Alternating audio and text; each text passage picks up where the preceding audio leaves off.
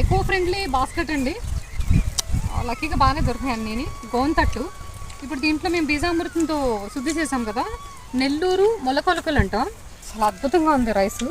సేవా ఆఫీస్లో నాకు స్పెషల్గా ఆల్రెడీ మొక్క వచ్చేసిందండి, గ్రీన్ కలర్ కూడా వచ్చేసింది, కనిపిస్తుందండి, అద్భుతం. సో టేస్ట్ చాలా బాగుంది. ఒక ఒడ్డు వలుసుకుని తిన్నాను నేను. వెంకటరమణ గారు దాచిపెట్టి నాకు పంపించారనమాట. హాఫ్ కేజీ హాఫ్ ఎకరు, ఓకేనా, కేజీకి 1 ఎకరు. దీని దగ్గర నవారా ఉన్నాయి. నవారా వచ్చి బయట కలరు నల్లగా ఉంటుంది, లోపల ఎర్రగా ఉంటుంది. కులాకార వచ్చి బయట ఈ కలర్ ఉంటుంది, లోపల ఎర్రగా ఉంటుంది. ఆ రెండు రెడ్ రైస్.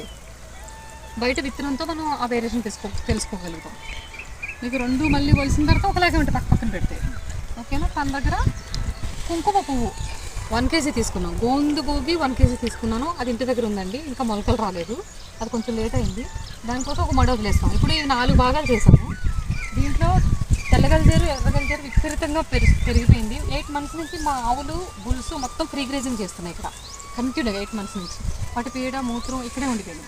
అయినా ఒక ట్రక్ ఎరువు ఎండిపోయింది కోసం.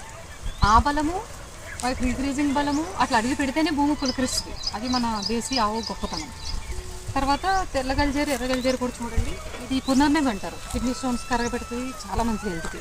ఇది భూమిలో విపరీతంగా వచ్చేస్తుంది మాకు, అసలు కనిపించకుండా భూమి. దాంతో భూమి రెడీ చేసినప్పుడు ఈ పంట ఎక్కువ వస్తుంది, వస్తుంది, పెరుగుతుంది అన్నమాట. ఇక్కడ ఎవరు మన పొలంలో లేదనుకోండి, తెచ్చి చేసుకుంటే మంచిది. అది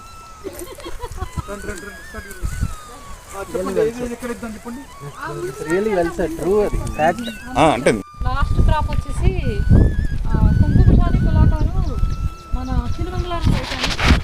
అది కూడా చాలా బాగా వచ్చిందండి. ఇప్పుడు ఫెయిల్ అవ్వలేదు ఈ వ్యవసాయంలో. ఇది తాడు మీతో చేస్తున్నాను, విత్తనం మారుస్తున్నాను ప్రతిసారి.